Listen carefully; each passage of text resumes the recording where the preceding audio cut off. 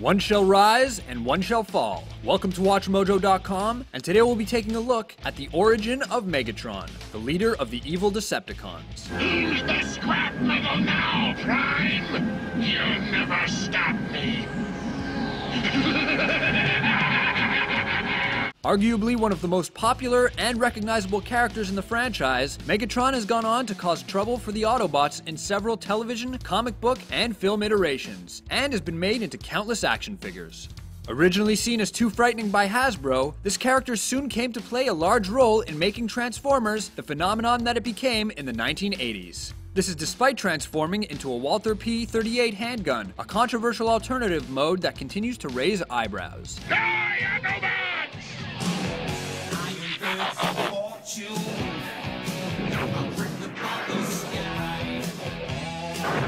Making his debut in the Generation 1 animated series, with his raspy voice performed by Frank Welker, Mega-Tron quickly came to be recognized as a powerful and utterly ruthless opponent. I'll rip out your optics!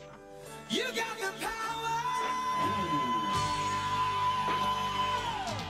Leading by brutal example, he was introduced as a tactical battlefield commander with mental health problems and an insatiable lust for power. You dare to threaten me, Optimus Prime? I welcome your wrath, because it pales in comparison to what I have in store for you. I intend to crush you, and that includes your little friends.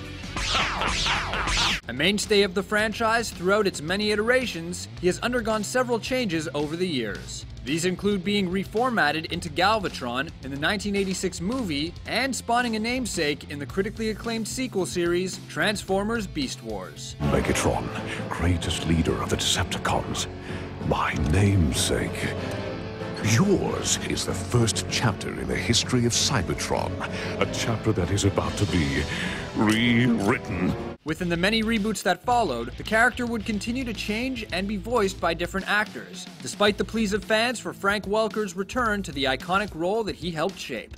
Stand your ground, Decepticons! Despite his incredible popularity and prominence in popular culture, many fans still do not know Megatron's origins. Incidentally, his backstory was touched upon in the Transformers episode War Dawn, which debuted in the second season of 1984's Generation 1 cartoon series. Here, Megatron was designed by the military robots called the Decepticons. He was created to lead a war for control over their mechanical homeworld of Cybertron, which was inhabited by the peaceful factory robots called the Autobots, both sides of which were originally fashioned by aliens called the Quintessons.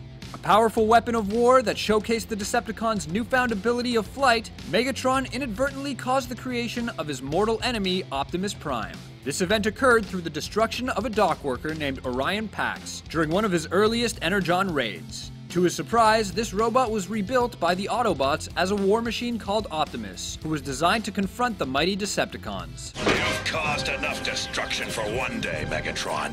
I haven't even started!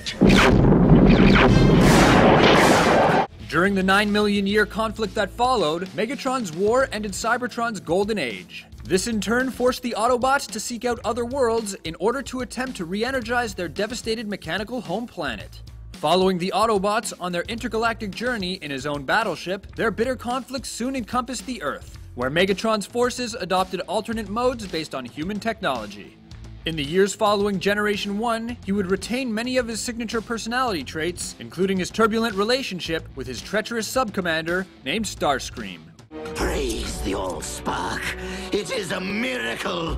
Oh, it will be a miracle, all right, Starscream, if you survive what I have planned for you. He would also abandon his iconic handgun form in exchange for a vehicle mode, often selecting the form of an aircraft.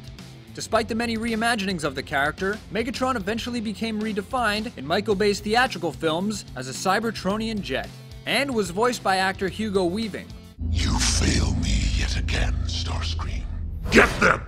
Following this, to much fanfare, he was once again voiced by Frank Welker for 2010's computer animated series, Transformers Prime.